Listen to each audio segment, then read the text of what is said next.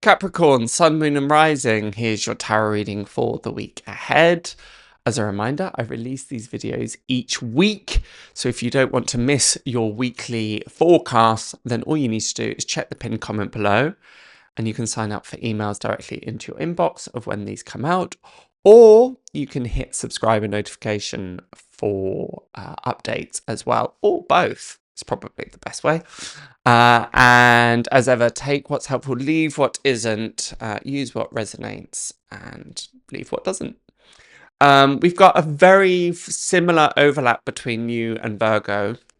The Earth signs this week, there's definitely a commonality. Tends to be relatively good.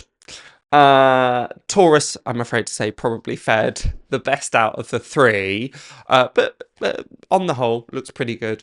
There is a definite overlap between you and Virgo, particularly, so it's worth checking out their video, because there's definitely messages, insights here that will also apply to you, Capricorn. I say that in particular because we have two cards exactly the same, with the Six of Wands, the Lord of Victory, and the Knight of Pentacles. I'll speak a little bit to do with that in a moment.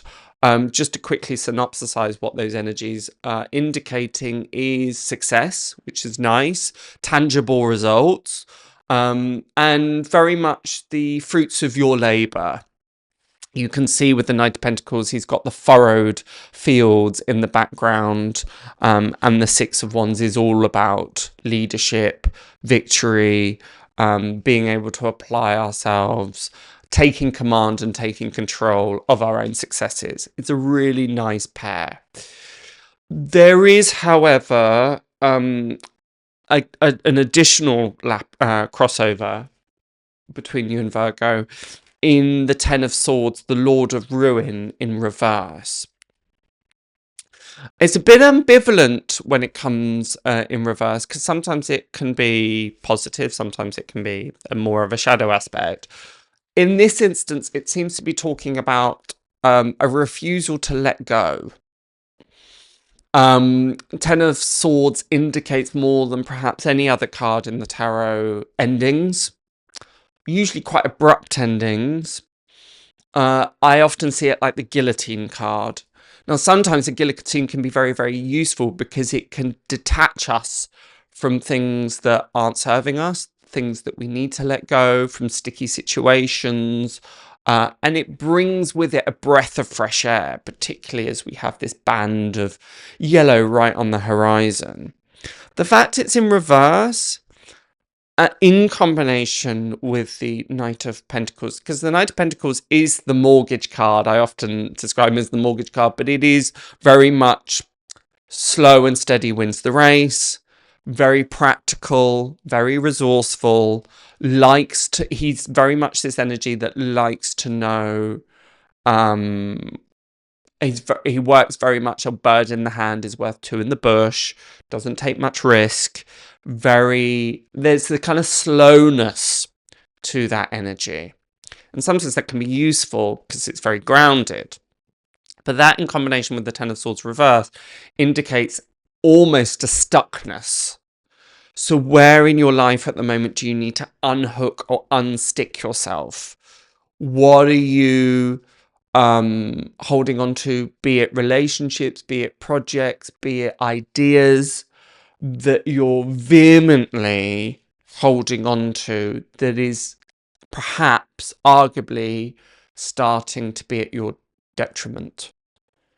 Yeah, there's just sometimes that can be a control thing. So it may not be, oh, I can't kind of recognize it immediately. It may just be, I'm not willing to let this go because this is what I want, or I've spent too much time, or I've got such a fixed idea of what this is going to look like, so I'm refusing to let it go. That also, it probably is in relation to, in particular, with the Three of Pentacles reversed. I believe it's the Lord of Material Work, I believe, in reverse, and it's talking about collaborations and the things that we've built up brick by brick, those projects that we've started, 3 is the number of growth. So these feel like areas that you have put a lot of time, energy, and effort into. I would really do a bit of a stock check this week. We have full moon in Virgo, which is kind of asking us to do that and look at what needs to be completed in many ways. But I would say for you, Capricorn, it also represents what needs to be trimmed, what branches of the tree need to be lopped off effectively. And some of those may feel that there's an emotional investment into it, but particularly that I've spent a lot of time, energy, and effort. All the most successful people, as the Six of Wands represents, recognize when something, I'm going to say, is a lost cause. That's probably slightly stronger than I want to say it, but can certainly recognize when we need to draw a line in the sand and go, actually, to keep ploughing away at that, pun intended, given that the Knight of Pentacles, ploughing away with, might not actually be useful. I need to slightly cut my losses here. I don't need to keep putting energy, effort, and time into it. This is very well aspected by the Tower card here as well. And although this may look terrifying, the combination of the Tower card with the Knight of Pentacles, because often how I describe the Tower card is like if the earth has got very compacted and dense, it needs to be, I think the word is tilled, isn't it? It needs to be churned over. And why they do that is it oxygenates, I am going somewhere with this, it oxygenates the soil so that new life plants can take root, they can germinate. Whereas if it's dense and there's nowhere for the roots to plant, that's effectively the energies of what's coming in. So although that tilling aspect might feel very disruptive, and hang on a second, I've just got everything as perfectly arranged as I wanted, and then suddenly there's this great machine churning everything up, churning things up maybe emotionally, churning things up in terms of those things that are just in place, as I mentioned, but actually remembering, this is saving me from stagnancy. This is saving me from, it's a funny balance, isn't it? Because often we want to feel a sense of security and stability and assuredness. But the danger of that is it starts to slip into stagnancy because we're so desperately trying to keep things the same. And growth doesn't happen there. Growth happens from kind of plateauing and then growth. Plateauing, then growth.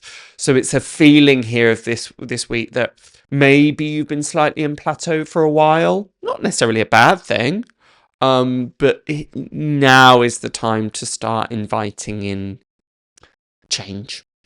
And this again is an overlap between you and Virgo. And dare I say, those earth signs don't love change.